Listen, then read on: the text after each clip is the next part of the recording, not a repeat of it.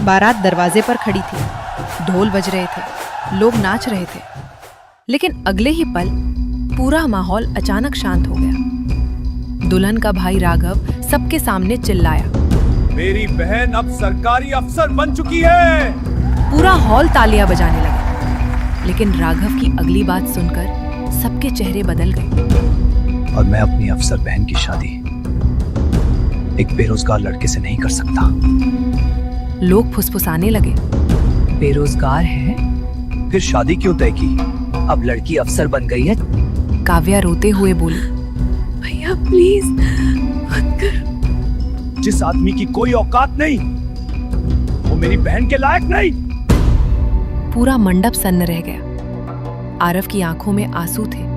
आज नौकरी बड़ी हो गई और प्यार छोटा।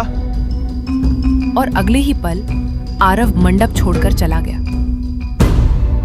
आरव प्लीज मत जाओ। काव्या फूट फूट कर रोने लगी। लखनऊ की तंग गलियां, एक छोटा सा घर जहां हर महीने खर्च से ज्यादा चिंता रहती थी। यही रहता था आरव मिश्रा, ईमानदार लेकिन बेरोजगार।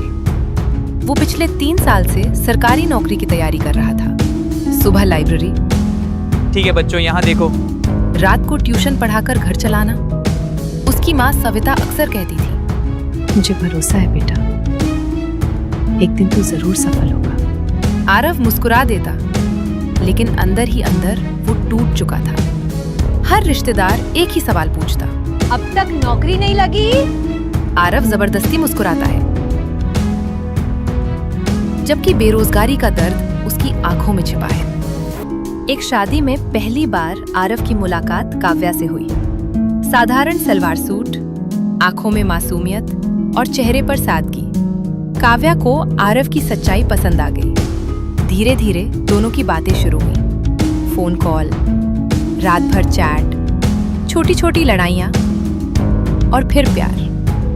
एक रात काव्या ने पूछा, अगर तुम्हें नौकरी न मिली तो? आरव कुछ सेकंड चुप रहा, फिर मुस्कुराया, तब भी तुम्हें खुश रखने की पूरी कोशिश करूंगा। काव्या की आंखें भर आईं। उसे पहली बार किसी इंसान में सच्चाई दिखी थी। कुछ महीनों बाद दोनों परिवार मिले। काव्या के पिता सीधे साधे इंसान थे। उन्हें आरव पसंद आया, लेकिन काव्या का बड़ा भाई राघव, उसे आरव बिल्कुल पसंद नहीं था। बेरोजगार लड़का है, मेरी बहन की जिंदगी बर्बाद कर देगा। लेकिन काव्या जिद पर अड़ी रही। आखिरकार शादी तय हो गई। शादी की सारी जिम्मेदारी काव्या के परिवार ने उठाई। बड़ा बैंक्वेट, महंगे कपड़े, सैकड़ों मेहमान।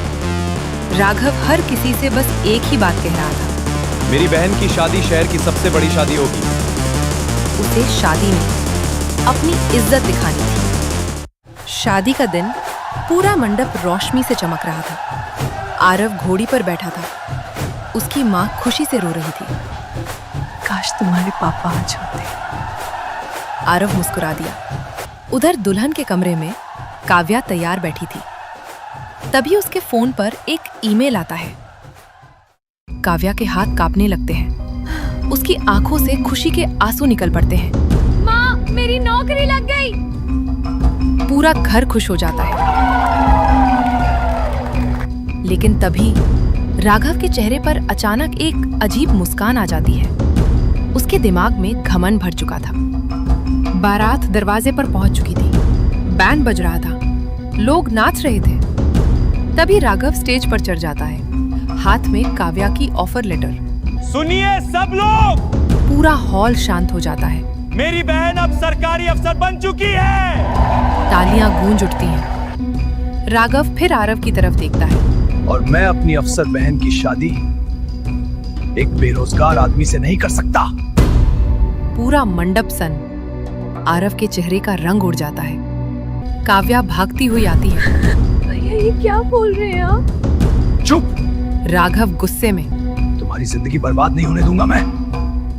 आरव धीरे से बोलता है, मैं काव्या से प्यार करता। राघव ताना मारता है। प्यार पेट नहीं भरता। लोग फुसफुसाने लगते हैं। बेरोजगार है, लड़की अफसर बन गई, फिर तो शादी रुकनी ही थी। आरव की माँ रोने लगती है, हमारी बेइज्जती मत कीजिए। लेकिन राघव नहीं रुकता। जिस आदमी की कोई औकात नहीं, वो मेरी बहन के लायक नहीं। वो सबके सामने आरव का सेहरा उतारकर जमीन पर फेंक देता है। काव्या रोते हुए आरव का हाथ पकड़ती है, प्लीज मत जाओ। लेकिन आरव धीरे से उसका हाथ हटा देता है। उसकी आंखों में दर्द था। तुम्हें रोकना चाहिए था। काव्या चुप रह जाती है, क्योंकि वो सच में अपने भाई के सामने कमजोर पड़ गई थी। और अगले ही पल आरव मंडप छोड़कर चला जाता है। आरव का सेहरा फर्श पर पड़ा रह जाता है। उस रात आरव अपने कमरे में अकेला बैठा था। शेरवानी अभी भी पहनी हुई थी।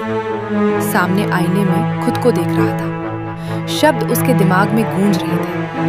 औकात नहीं, औकात नहीं। माँ उसे संभालने की कोशिश करती है। बेटा सब ठीक हो जाएगा। आरव रोते हुए बोलता है, माँ, गरीब आदमी को प्यार करने का भी हक नहीं होता क्या? 3 साल बाद दिल्ली, नॉर्थ ब्लॉक, जहां देश के सबसे ताकतवर फैसले लिए जाते हैं। एक बड़ा अफसर अपने दफ्तर की ओर जा रहा है। वही लड़का जिसे कभी बेरोजगार कहकर ठुकरा दिया गया था, अब IAS ऑफिसर आरव मिश्रा। लेकिन दिल के अंदर वो आज भी टूटा हुआ था। शादी वाली रात अब भी जिंदा थी। ऑफिस में अचानक एक नई फाइल आती है। Department of women welfare, officer Kavya Singh. Aarav का हाथ रुक जाता है। कुछ सेकंड तक वो सिर्फ नाम देखता रहता है। तभी दरवाजा खुलता है। काव्या अंदर आती है। चेहरे पर वही दर्द। दोनों की नजरें मिलती हैं। समय जैसे रुक जाता है। Good morning sir. बैठ जाइए मिस सिंह। आवाज बिल्कुल ठंडी थी। काव्या समझ गई, आरव अब पहले जैसा नहीं रहा। ऑफिस मीटिंग चल रही थी। काव्या एक प्रोजेक्ट समझा रही थी। सर, अगर इस योजना को ग्रामीण महिलाओं तक। अचानक आरव बीच में रोक देता है। ये रिपोर्ट इतनी कमजोर कैसे हो सकती है? पूरा कमरा शांत हो जाता है। काव्या घबरा जाती है। सर, मैंने पूरी कोशिश। कोशिश और रिजल्ट में फर्क होता है मिस काव्या। काव्या चुप हो जाती है। उसकी आंखें नम होने लगती हैं। मीटिंग खत्म होती है। सब लोग बाहर चले जाते हैं। काव्या की आंखों से आंसू गिरने लगते हैं। काव्या अकेले फाइल समेट रही थी। तभी पीछे से आरव की आवाज आती है। कैसा लगता है जब सबके सामने इज्जत टूटती है? मैंने तुम्हें कभी धोखा नहीं दिया आरव। लेकिन रोका भी नहीं था। कमरे में भारी खामोशी छा जाती है। एक रात ऑफिस से लौटते वक्त काव्या की गाड़ी खराब हो जाती है। तेज बारिश, सड़क सुनसान। तभी एक कार उसके सामने रुकती है। आरव। कुछ सेकंड दोनों बस एक दूसरे को देखते रहते हैं। फिर आरव बिना कुछ बोले कार का दरवाजा खोल देता है। अचानक काव्या बोलती है, उस दिन मैं तुम्हारे साथ आने वाली थी, लेकिन भैया ने माँ की कसम दे दी थी। काव्या कहती है, मैं कमजोर पड़ गई। मैंने शादी नहीं किया आरव। आरव पहली बार उसकी तरफ ध्यान से देखता है। क्यों? क्योंकि दिल वही रह गया था, उस मंडप में। आरव की आंखें भी भरने लगती हैं। 3 साल का गुस्सा धीरे धीरे टूटने लगा था। कुछ दिनों बाद राघव पर भ्रष्टाचार का केस खुल जाता है। जांच अधिकारी DM आरव मिश्रा। पूरा परिवार डर जाता है। पहली बार राघव आरव के सामने सिर झुकाकर खड़ा था। प्लीज केस बंद कर दीजिए। आरव शांत बैठा था। उसकी आंखों में वही पुराना दर्द था। उस दिन आपने कहा था ना, जिस आदमी की कोई औकात नहीं, वो आपकी बहन के लायक नहीं। राघव शर्म से नजरें झुका लेता है। काव्या रोते हुए बोलती है, सजा मुझे दे दो, मेरे परिवार को मत तोड़ो। आरव गुस्से में उठ खड़ा होता है। परिवार उस दिन टूटा था जिस दिन मेरी माँ सबके सामने रोई थी। पूरा कमरा सन्न हो जाता है। उस रात आरव घर लौटता है।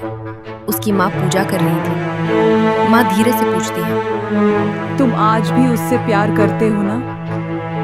आरव चुप रहता है। आंखें नम होने लगती हैं। उसने मुझे अकेला छोड़ दिया था माँ। लेकिन उसने किसी और का हाथ भी नहीं पकड़ा बेटा। जिस लड़की ने 3 साल तक शादी नहीं की वो बेवफा नहीं हो सकती। आरव की आंखों से आंसू निकल पड़ते हैं। पहली बार उसे एहसास होता है दर्द सिर्फ उसने नहीं सहा था। Court hall. राघव का केस चल रहा था। सबकी नजरें आरव पर थी। जज फैसला सुनाने ही वाले थे, तभी माय लॉर्ड, आरव खड़ा हो जाता है। कुछ सबूतों की दोबारा जांच जरूरी है। पूरा हॉल हैरान रह जाता है। राघव बच जाता है। बाहर आते ही वो आरव के पैरों में गिर पड़ता है। मुझे माफ कर दो। राघव रोते हुए, मैंने घमंड में बहुत गलत किया। गलती आपकी थी, आरव उसे उठाता है। लेकिन नफरत मैं भी गलत इंसान से करा था। काव्या फूट फूट कर रोने लगती है। धीरे धीरे सब लोग वहां से चले जाते हैं। अब सीढ़ियों पर सिर्फ आरव और काव्या खड़े थे। काव्या धीरे से पूछती है, क्या हम फिर से शुरू कर सकते हैं? आरव कुछ सेकंड उसे देखता रहता है, फिर हल्का सा मुस्कुराता है। एक शर्त पर। क्या? काव्या की आंखें भर आती हैं। इस बार रिश्ते में औकात नहीं, सिर्फ प्यार हो। काव्या रोते रोते मुस्कुराकर आरव के गले लग जाती है। छोटा सा मंदिर, साधारण शादी, कोई दिखावा नहीं। काव्या धीरे से कहती है, इस बार मैं तुम्हारा हाथ कभी नहीं छोड़ूंगी। अब छोड़ने भी नहीं दूंगा। कैमरा धीरे धीरे ऊपर उठता है। 2 टूटे हुए लोग आखिरकार फिर से एक हो चुके थे।